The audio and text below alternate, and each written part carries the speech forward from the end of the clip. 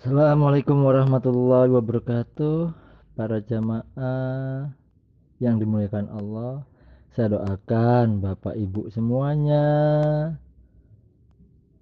diberikan oleh Allah apa Ustadz? Diberikan kemuliaan, kejayaan, ketinggian, keberkahan, kesehatan tentunya, mulia dunia akhirat, kaya dunia akhirat, bahagia dunia akhirat. Allah berikan semuanya itu kepada orang-orang yang takwa. Itu janji Allah. Itu janji Allah bagi orang yang takwa. Semoga kitalah termasuk orang-orang yang takwa itu. Amin. Bapak Ibu yang dirahmati Allah, mudah bagi Allah untuk mengubah nasib kita. Sangat mudah. Sangat mudah dan sangat mudah pula Allah mengangkat penyakit hambanya hanya dengan berkata kun. Allah bisa kok mengubah siang ke dalam malam, malam ke dalam siang, menghidupkan, mematikan. Allah mudah banget. Allah menciptakan langit, bumi ya, langit, bumi dan berserta isinya. Nggak kerepotan Allah, nggak kerepotan. Sangat mudah banget, sangat mudah bagi Allah. Apalagi nasib kita Bapak Ibu. Pertanyaannya kita mau nggak mengubahnya gitu kan? Mau nggak mengubahnya? Caranya gimana Ustadz? Cara kita mengubahnya yang pertama apa Ustadz? Pertama ya datang dong, datang kepada yang punya solusi, yang punya semua itu siapa? Yang punya takdir siapa Bapak Ibu? Yang punya takdir siapa? Allah Ustadz. Iya benar, yang punya takdir Allah, yang menggenggam takdir kita itu siapa? Allah Ustadz. Lalu bagaimana cara mengubah takdir itu? Caranya sedekah dan doa Ustadz. Iya betul Bapak Ibu. Betul sekali. Ketika kita datang pada Allah, ya Allah, aku ingin berubah. Perbaikilah keadaanku, perbaikilah hidupku gitu. Lalu Allah janji Bapak Ibu, Allah janji. Apa janji Allah? Perbaikilah sholatmu gitu. Perbaikilah sholatmu. Perbaiki gitu kan ya. Sholat fardunya diperbaiki, sholat sunnahnya tuh ada kan Bapak Ibu. Ketika kita memperbaiki sholat itu, maka Allah janji akan aku perbaiki hidupmu gitu. Jadi tepat waktu sholatnya, di awal waktu lah, sebelum waktu sholat udah siap-siap, itu lebih bagus karena Rasulullah Shallallahu Alaihi Wasallam sholat yang terbaik apa sih di awal waktu gitu, di awal waktu. Laki-laki jamaah dong di tempat dikumandangkan azan, itu kan perintah sunnah. Jadi Nabi ngajarkan begitu. Lalu apalagi ketika kita memperbaiki sholat, kata Allah kan, taat ya, lakukan yang aku perintahkan, jauhi apa yang aku larang. Yang dilarang Allah ya jangan dilakuin lagi, namanya udah tobat, namanya sudah tobat. Tobat itu apa sih Ustadz? Tobat itu kan kita hijrah Ibu. Hijrah. Hijrah itu apa sih? Hijrah itu ialah menuju. Menuju. Ada yang dituju dan ada yang ditinggalkan. Begitu. Yang dituju apa Bapak Ibu? Yang dituju ya inna solati wa nusuki wa mayahya wa mamati lillah hirobil alamin. Begitu ya kita kalau sholat. Apa coba? Sholat ya ibadah apapun hidup kita semuanya lah Bapak Ibu. Semuanya. Semuanya hanya untuk Allah. Begitu. Hanya untuk Allah. Ibadah ya untuk Allah, doa ya karena Allah, sedekah karena Allah, sholawat karena Allah, bekerja karena Allah, usaha karena Allah, bukan karena duit. Jangan merantau sana sini nyari kerjaan sana sini. Apa tujuan kamu? Nyari duit lah, ya keliru lah, ya keliru itu. Syirik ya itu Ustadz. Iya bisa menimbulkan kesirikan kalau udah lari ya tingkatnya tasawuf gitu, makrifat tuh udah syirik. Tapi kalau orang-orang awam ya masih syariat itu. Nah nanti bergantungnya bukan kepada Allah tapi bergantungnya kepada kerjaan. Begitu. Orang yang bergantung dengan kerjaannya, maka ketika kerjaannya nggak ada, dia bingung. Bergantung dengan bos, bosnya miskin, dia ya bingung. Bergantung dengan usahanya, usahanya bangkrut, ya bingung akhirnya. Tapi kalau bergantung kepada Allahu Somad, Allah tempat bergantung tuh, meminta segala sesuatu. Iya, kalau udah bergantung kepada Allah, insya Allah nggak akan kemana-mana. Pasti selamat dunia akhirat. Karena Allah yang punya, yang genggam. Biyadikal khair. Gitu. Apa kata Allah? Biyadikal khair. Di tangan Allah segala macam kebajikan. Innaka ala kulli syai'in qadir. Sungguh Allah Maha Kuasa atas segala sesuatu. Begitu Bapak Ibu ya. Jadi untuk saat ini yang Bapak Ibu lagi di bawah banget tuh, lagi jangan khawatir, jangan khawatir. Allah yang nyuruh, sini kamu datang kepadaku. Kan udah aku utus hambaku yang aku beri petunjuk. Makanya kan kita selalu doa tuh dalam sholat. Apa dalam sholat? Ihdinas siratal mustaqim. Ya Allah, tunjukilah kami jalan yang lurus, kan gitu ya. Ihdinas siratal mustaqim, siratal ladzina an'amta alaihim. Tuh, itu Bapak Ibu. Ya Allah, tunjukilah kami jalan yang lurus, yaitu jalannya orang yang kau beri nikmat, engkau beri petunjuk, bukan jalannya orang yang sesat ataupun kau murkai begitu. Jadi ketika dapat petunjuk, ikuti petunjuk itu. Nggak mungkin Allah ngomong sama kita, nggak mungkin Bapak Ibu kalau nggak ada yang membimbing. Kita kembali ke Quran dan Sunnah gitu. Ada orang bilang gitu, nggak usah ke ulama, nggak usah ke ustadz, nggak usah ke kiai. Aduh, orang udah dibimbing aja masih gagal paham, bagaimana mau kembali ke Al-Quran dan Sunnah. Emang bisa baca Al-Quran tanpa ada yang bimbing? Nggak bisa. Nggak bisa baca, biasa bisa bacanya, terus artinya memang bisa tahu ilmu tafsir, ilmu yang lainnya kagak Ustadz, kagak bisa. Ya pasti butuh ulama gitu yang membimbing supaya dikasih ilmunya gitu kan. Kan begitu ya. Apa bisa baca sendiri? Kagak. Nah, maka dari itu kita butuh yang namanya seorang guru. Begitu. Untuk apa? Menunjukkan jalan yang lurus. Supaya apa? Supaya selamat, sukses dunia akhirat. Begitu. Begitu Bapak Ibu. Bapak Ibu kan selalu doa Robana, gitu kan. Ataupun kita kalau doa nih begini. Robana atina fit dunia hasanah wafil akhirati hasanah tawakkilna ada benar. Begitu ya. Ya Allah, berilah kebahagiaan dunia akhirat ya Allah, dan lindungilah dari api neraka. Bahagia dunia akhirat gitu kan. Diajarin tuh sama Allah. Allah yang ngajarin kan Al-Quran tuh ya, di surat Al-Baqarah tuh kan. Robana atina fit dunia hasanah wafil akhirati hasanah tawakkilna ada benar. Doa sapu jagat, cuman kagak paham baca itu aja, kagak paham, kagak ngerti, jadi hidupnya bahagia kagak. Enggak Ustaz, tertekan Ustaz. Salah siapa? Emang Allah mau, Allah dan Rasulullah mau hamba dan umatnya sengsara? Kagak. Allah itu utus nabi, Allah utus nabi, rasul, dan penerus para nabi, ulama. Untuk apa?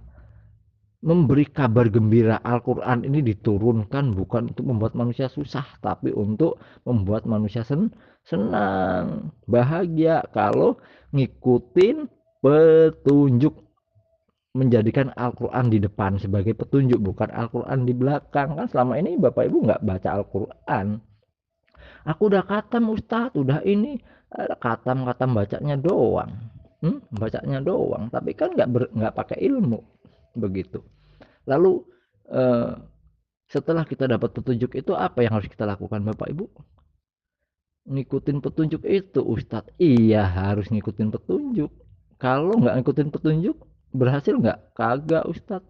Nah, pertanyaannya, sudah belum ngikutin petunjuk itu gitu ya? Udah belum gitu. Kalau belum, ikutilah, amalkanlah, praktekkan, pasti berhasil. Karena kenapa? Janji Allah, janji Allah. Sesulit apapun kamu, walaupun kamu di lubang semut, walaupun kamu di bawah-bawah sekali, ketika datang kepada Allah, mudah kata Allah. Apa janji Allah? Apa janji Allah? Gitu kan? Mudah. Allah sangat mudah memberi rezeki, membalikkan keadaan kita itu mudah, Bapak Ibu. Allah bilang begini. Allah bilang pada Nabi Muhammad SAW. Bismillahirrahmanirrahim. Kulillahumma malikal mulki tutil mulka man tasha. Tuh Bapak Ibu. Katakanlah Muhammad, kulillahumma malikal mulki tutil mulka man tasha. Katakanlah Muhammad, wahai Tuhan pemilik kekuasaan, Engkau berikan kekuasaan kepada siapapun yang engkau kehendaki. Gitu. Wa tanji'ul mulka mimman tasha wa tu'izzu man tasha wa tudhillu man tasha biyadikal khair innaka ala kulli syai'in qadir. Tuh kata Allah Bapak Ibu, Allah berikan kekuasaan kepada siapapun yang Allah kehendaki, dan Allah cabut kekuasaan dari siapapun yang Allah kehendaki. Engkau muliakan siapapun yang engkau kehendaki, dan engkau hinakan siapapun yang engkau kehendaki. Biyadikal khair. Apa kata Allah? Di tangan engkau lah segala kebajikan. Innaka ala kulli syai'in qadir. Sungguh engkau maha kuasa atas segala sesuatu. Begitu. Allah kalau mau memberi kekuasaan kepada siapapun yang Allah kehendaki seketika, Bapak Ibu. Asalkan ada sebabnya. Sebabnya apa? Minta kepada Allah. Dan ketika ada orang sombong dengan kekuasaannya, dengan jabatannya, dengan hartanya, Allah binasakan seketika. Allah ambil seketika. Begitu. Mudah Allah membolak-balikan gitu kan. Lalu ketika Allah ingin menghinakan seseorang yang sombong, mudah banget. Dan ketika Allah ingin memuliakan orang yang hina karena dihina, dicaci, mudah. Mudah bagi Allah. Mudah banget. Allah memuliakan orang yang dihinakan itu sangat mudah. Allah Maha Kuasa atas segala sesuatu. Allah tutup dengan innaka ala kulli syai'in qadir. Sebelum Allah tutup dengan kalimat innaka ala kulli syai'in qadir, tetapi Allah awali dulu dengan biyadikal khair. Innaka ala kulli syai'in qadir. Sungguh di tangan engkau lah segala macam kebajikan. Di genggaman Allah. Hidup kita ini dalam genggaman Allah Bapak Ibu. Ketika Allah menghendaki kita mau sukses, mau berhasil, mau kaya, Allah tinggal balik aja. Kun fa yakun. Begitu. Karena Allah Maha Kuasa atas segala sesuatu. Tak terbatas rahmat Allah. Kemampuan Allah, ilmu Allah tak terbatas begitu. Lalu apa kata Allah? Hei lihatlah hamba-hambaku. Hei lihatlah hamba-hambaku. Begitu. Di ayat berikutnya. Tulijul laila fin nahari wa tulijun nahara fil lail wa tukhrijul hayya minal mayyiti wa tukhrijul mayyita minal hayy wa tarzuqu man tasha'u bighairi hisab. Tuh Bapak Ibu, Allah bilang begitu. Tulijul laila fin nahari wa tulijun nahara fil lail wa tukrijul hayya minal mayyiti wa tukrijul mayyita minal hayy wa tarzuqu man tasya'u bighairi hisab. Hei lihatlah hamba-hambaku, lihatlah. Aku bisa memasukkan malam ke dalam siang, dan aku bisa mengubah malam ke dalam siang. Tulijul laila fin nahari, engkau masukkan malam ke dalam siang, dan engkau masukkan siang ke dalam malam, dan engkau keluarkan yang hidup dari yang mati, dan engkau keluarkan yang mati dari yang hidup. Lalu apa kata Allah? Allah tutup dengan kalimat wa tarzuqu man tasya'u bighairi hisab. Tuh Bapak Ibu, dan engkau berikan rezeki kepada siapapun yang engkau kehendaki tanpa hisab, tanpa perhitungan. Tak terbatas rahmat Allah. Allah mah kalau mau memberi kepada hambanya yang memang bertawakal kepada Allah karena ada asbab, sedekah, sholawat, takwa, maka sekehendak Allah, karena semuanya milik Allah. Mau dikasih 1 triliun mudah bagi Allah, nggak ada sulitnya bagi Allah. 1 juta, 10 juta, 100 juta, 1 miliar, 10 miliar, 1 triliun, sama aja, podo wae. Nggak ada yang bisa mengubah malam ke dalam siang, siang ke dalam malam. Jangankan kok mengubah siang ke dalam malam, malam ke dalam siang. Yang mati, yang hidup, mengundurkan waktu 1 menit aja sampai sekarang nggak ada orang yang paling hebat bisa mengundurkan waktu, mengubah waktu, nggak ada Bapak Ibu. Allah tunjukkan, lihatlah hamba-hambaku, aku yang bisa mengubah malam ke dalam siang, siang ke dalam malam, menghidupkan, mematikan, aku bisa, mudah bagiku, kata Allah. Apalagi cuma nasibmu, hidupmu, sakitmu, urusanmu, mudah bagiku, kecil gitu. Dalam sebuah hadis yang sangat panjang, Allah berfirman dalam hadis qudsi. Hadis qudsi itu nggak ada di Al-Quran, tetapi adanya di hadis, itu firman Allah dalam hadis qudsi namanya. Sohe ya Ustadz kalau kayak gitu. Ya sohe banget firman Allah dalam hadis qudsi. Apa kata Allah? Hai hamba-hambaku, apabila umat yang terdahulu, ya, dari golongan manusia dan jin, dari zamannya Nabi Adam, dan jin dari zamannya Ajajail yang sekarang iblis, dikumpulkan di suatu tempat yang luas, semuanya dikumpulkan di padang yang luas, semuanya detik itu paling taat kepadaku, paling taat kepadaku, minta saat itu, detik itu. Misalnya satu orang minta uang 1 triliun, mobilnya satu miliar, apa aja gitu, detik itu juga aku kabulkan semuanya.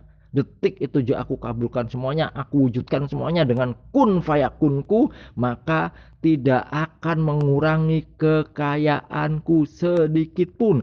Seperti jarum yang dicelupkan di lautan lalu kamu angkat. Kelong nggak Bapak Ibu? Berkurang nggak lautan itu? Tidak, enggak.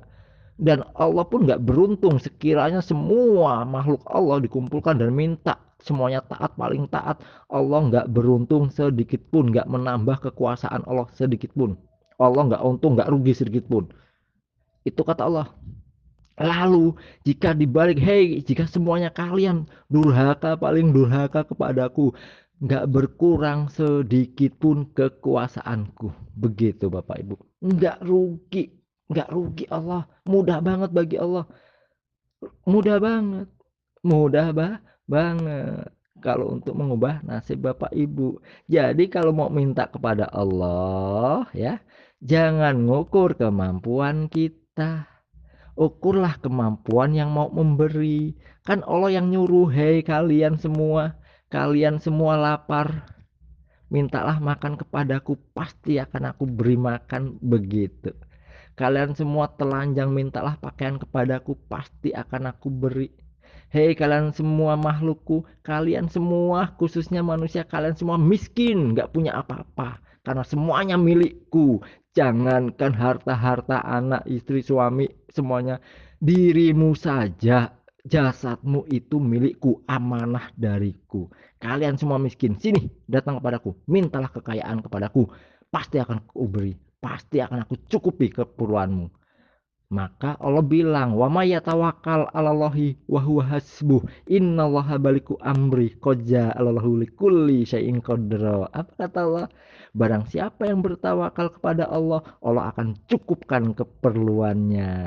Keperluan kita tentunya Bapak Ibu, mudah bagi Allah, dan Allah mengadakan urusan bagi tiap-tiap sesuatu. Kecil, kata Allah mah kecil, seuprit doang. Maka jangan ngukur kemampuan kita, ukurlah kemampuan Allah yang tak terbatas. Salah sendiri, Bapak Ibu sendiri yang salah ngukur kemampuan sendiri. Sudah tahu Allah yang bilang, sini kamu minta apa kepadaku. Yakin kamu, yakin. Jangan bilang, semoga Allah mendengar doaku, pret. Allah pasti dengar doa kita. Nggak mungkin nggak, Allah yang bilang kok. Bapak Ibu sendiri yang nggak dengar doa Bapak Ibu. Mudah-mudahan Allah mengabulkan doaku. Aneh. Orang Allah udah bilang apa? Allah bilang apa? Di surat 40, surat Ghafir ayat 60 bunyinya apa? Bunyinya, ud'uni astajib lakum. Ya, apa artinya? Berdoalah kepadaku. Niscaya itu ya, apa niscaya? Pasti aku kabulkan, aku perkenankan bagimu. Allah bilang astajib lakum, tuh, astajib lakum. Tandanya apa? Tak beri, kabulkan. Lah Allah udah bilang kabulkan. Lah kok masih nanya mudah-mudahan, semoga, gimana toh? Allah bilang pasti aku kabulkan. Aku pasti dengar doamu, nggak mungkin nggak. Aku pasti dengar doa hamba-hambaku, nggak mungkin nggak. Karena Allah berfirman dalam hadis qudsi, aku menurut sangkaan hambaku dan aku bersama hambaku jika ia berdoa kepadaku. Jika ia mengingatku dalam kesendirian, maka dia akan diingat Allah dalam kajanah Allah, majelisnya Allah. Tetapi jika kita mengingat Allah dalam suatu majelis, Allah akan bangga-banggakan kita di majelisnya para malaikat, begitu. Disebut-sebut nama kita di situ. Jadi jangan bilang mudah-mudahan semoga Allah mendengar doaku. Bapak Ibu, Allah Maha melihat, Maha mendengar. Allah Maha melihat, Maha mendengar. Allah mengabulkan semua doa.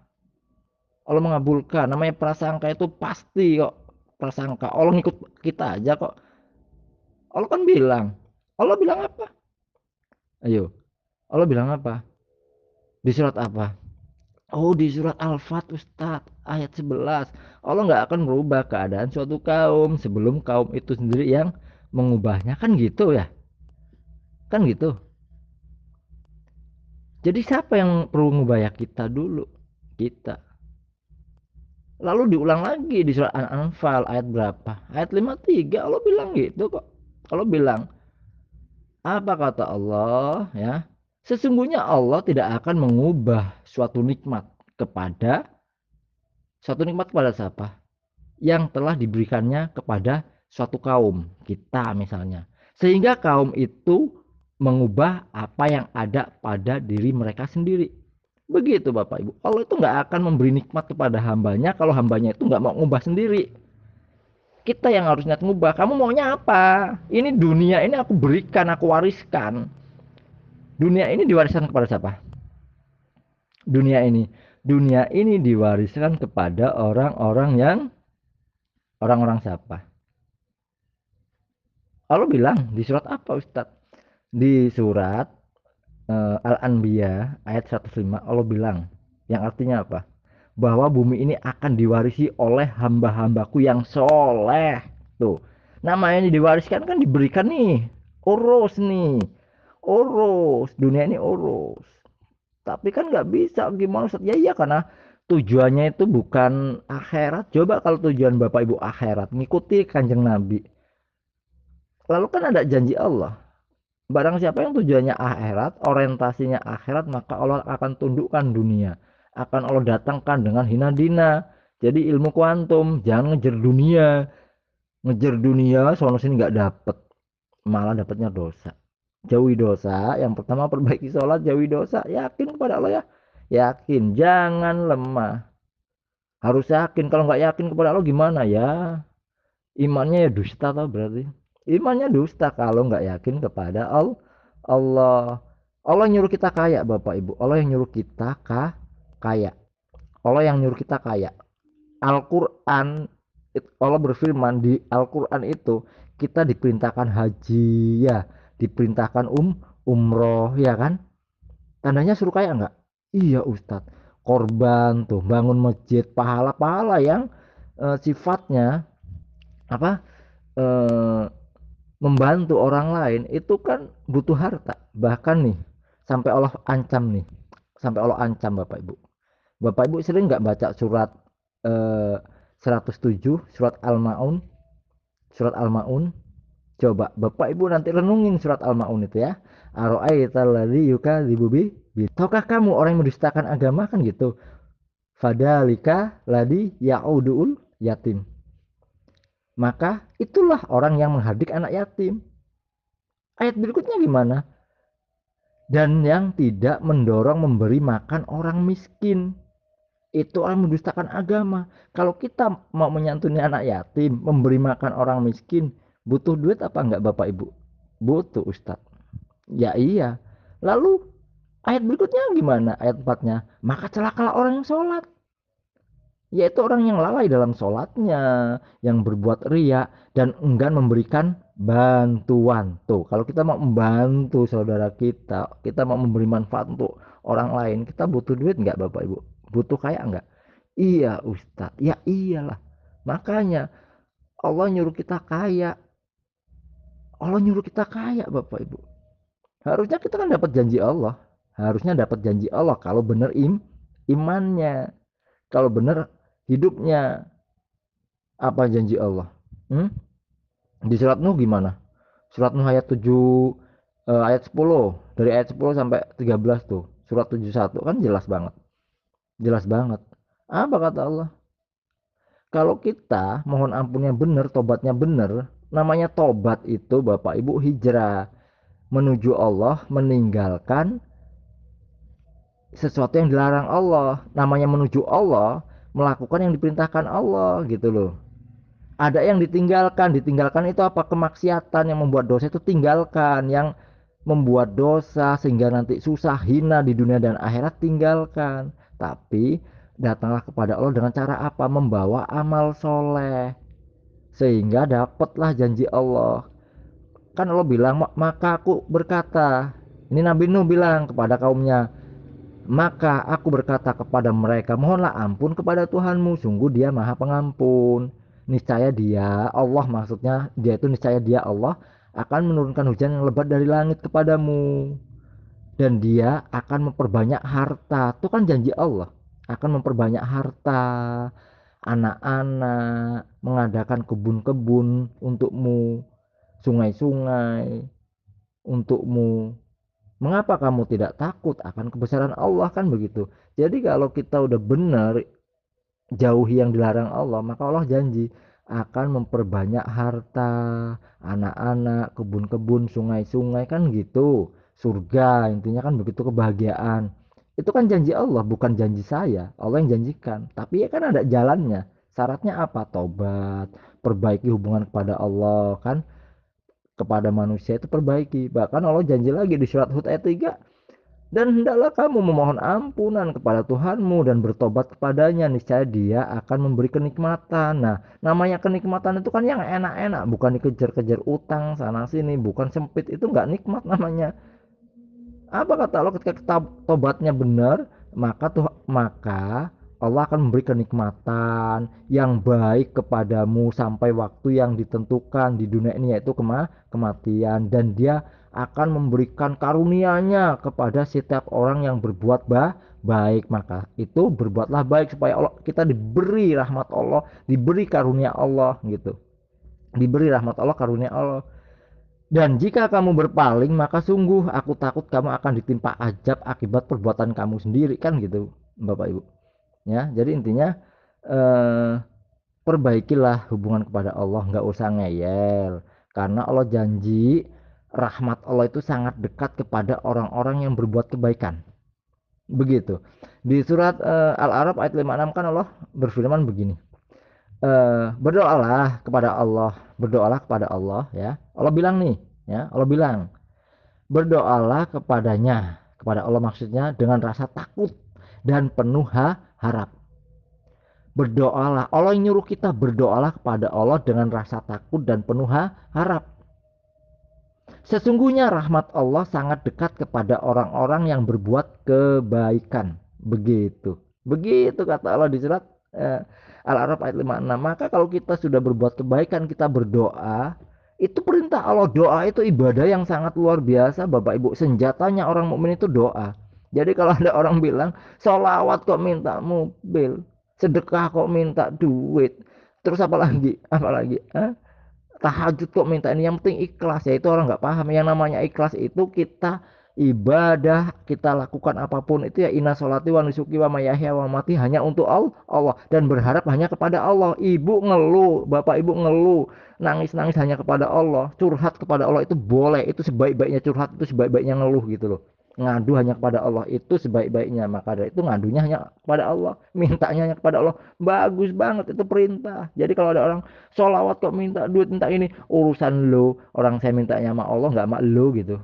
Begitu aja udah. Karena Sholawat ya ibadah, sholat ya ibadah, sedekah ya ibadah, doa ya ibadah. Begitu. Allah yang bilang, berdoalah kepadaku pasti aku kabulkan. Ya kan gitu ayatnya tadi surat Ghafir ayat 60 gitu. Lalu ketika kita sudah berdoa, sudah minta, kan Bapak Ibu masuk ke ruangan ujian. Tunaikanlah, jawab soal-soal ujian yang diperintahkan itu apa, lakukan dengan sebaik-baiknya supaya apa, terwujud segera. Bapak Ibu yang target doa itu target. Masa iya perjalanan dari Jakarta Surabaya sebulan, kan nggak mungkin naik mobil gitu kan. Ya target lah Bapak Ibu yang target sendiri. Doa pun seperti itu, sungguh-sungguhlah, karena Rasulullah Shallallahu Alaihi Wasallam bersabda, Allah hanya akan mengabulkan, mewujudkan impian doa orang yang sungguh-sungguh, bukan orang yang lalai. Orang yang lalai, yang tergesa-gesa dalam doa, itu nggak akan dikabulkan Allah. Mengabaikan itu namanya. Nggak akan sampai hari kiamat, nggak akan dikabulkan. Tapi kalau yang sungguh-sungguh, sekarang ibu sungguh-sungguh, ibu bapak sungguh-sungguh, sholawatnya sungguh-sungguh, memproyeksikan pengennya apa, uang 1 miliar, sebut aja uang 1 miliar, uang 1 miliar, aku punya uang 1 miliar, uang 1 miliar, uang 1 miliar. Bisa jadi besok pagi dah datang. Kuncinya apa? Kuncinya apa kuncinya? Ya, yakin, percaya. Kalau Bapak Ibu nggak yakin, nggak percaya sama Allah, aduh, imannya kemana tuh? Imannya kemana? Hmm? Imannya kemana? Kalau nggak yakin, nggak sama Allah, imannya kemana? Imannya kemana? Karena Allah yang bilang, kita buka ayatnya, Bapak Ibu buka ayatnya misalnya, surat Al-Baqarah ayat 46, ya. Surat Al-Baqarah ayat 46, ayat 45 kok, 46, astagfirullah. Iya benar 46-nya, yakinnya itu di 46 gitu kan. Tapi ngambilnya dari 45 Al-Baqarah. Apa kata Allah? Dan mohonlah pertolongan kepada Allah dengan sabar dan sholat. Dan sholat itu sungguh berat bagi orang yang imannya dusta, imannya munafik gitu kan. Sungguh sholat itu sangat berat, kecuali bagi orang-orang yang kusyuk. Orang yang kusyuk itu yang seperti apa? Yaitu mereka yang yakin bahwa mereka akan menemui Tuhannya, bahwa mereka akan kembali padanya. Begitu. Begitu Bapak Ibu. Sholat itu berat. Sholawat itu berat. Sedekah itu berat bagi orang yang munafik. Tapi bagi orang yang benar imannya mudah. Karena Allah bilang, sholat itu sangat berat kecuali bagi orang-orang yang khusyuk dan yakin bahwa mereka akan menemui Tuhannya, pertolongan Allah di dunia dan akhirat. Itu orang yang seperti itu, insya Allah sholatnya dimudahkan. Sholatnya dimudahkan Bapak Ibu, dimudahkan, diringankan, dientengkan, sedekahnya juga dientengkan, semuanya dientengkan, karena sungguh-sungguh gitu. Tetapi kalau bagi orang-orang munafik, karena ayatnya di surat An-Nisa ayat 42 udah jelas, sesungguhnya orang-orang munafik itu hendak menipu Allah, tetapi Allah lah yang menipu mereka. Apabila mereka berdiri untuk sholat, mereka lakukan dengan malas. Tuh, mereka bermaksud ria, ingin dipuji di hadapan manusia, dan mereka tidak mengingat Allah kecuali sedikit sekali. Ila qalila, kata Allah kan. Begitu, sedikit sekali. Jadi maka dari itu, yuk ingat Allah sebanyak-banyaknya. Ingatlah, dengan hanya mengingat Allah hati menjadi tenang. Maka dari itu, supaya kita mendapatkan keajaiban dari Allah dan diberi rezeki dari arah yang tidak disangka-sangka, maka ciptakanlah keajaiban itu, pesanlah keajaiban itu dengan jalan takwa. Jalan takwa itu apa sih? Menginfakkan hartanya baik di waktu lapang maupun sempit, yang mampu menahan amarahnya, yang mau memaafkan kesalahan orang lain. Apabila ia menjolimi diri sendiri, segera memohon ampun kepada Allah gitu. Dalilnya apa Ustadz? Ya buka aja surat Ali Imran dari ayat 133 sampai 135. 135-nya itu kan, dan juga orang-orang yang apabila mengerjakan perbuatan keji atau menjolimi diri sendiri dosa, segera mengingat Allah lalu memohon ampun atas dosa-dosanya. Dan siapa lagi yang dapat mengampuni dosa-dosa selain Allah? Nggak ada Bapak Ibu, kecuali Allah. Dan mereka tidak meneruskan perbuatan dosa itu sedang mereka mengetahui. Tetapi kalau masih meneruskan dosa itu lagi, dosa riba lagi, ini lagi, maka nggak akan nyampe ke tingkatan takwa. Begitu. Jadi kan Allah bilang nih, hei manusia, Dan bersegeralah kamu mencari ampunan dari Tuhanmu dan mendapatkan surga yang luasnya seluas langit dan bumi yang disediakan bagi orang-orang yang takwa. Mutakin, Allah bilang begitu. Orang-orang yang takwa yaitu orang takwa itu yang seperti apa? Yaitu orang-orang yang menginfakkan hartanya baik di waktu lapang maupun sempit. Justru ketika kita sempit, sedekah ekstrim lah, maka Allah akan lapangkan. Itu takwa nanti. Dan orang-orang yang menahan amarahnya dan memaafkan kesalahan orang lain, dan Allah mencintai orang-orang yang berbuat kebaikan. Karena tadi ayatnya udah jelas, rahmat Allah sangat dekat kepada orang-orang yang berbuat kebaikan.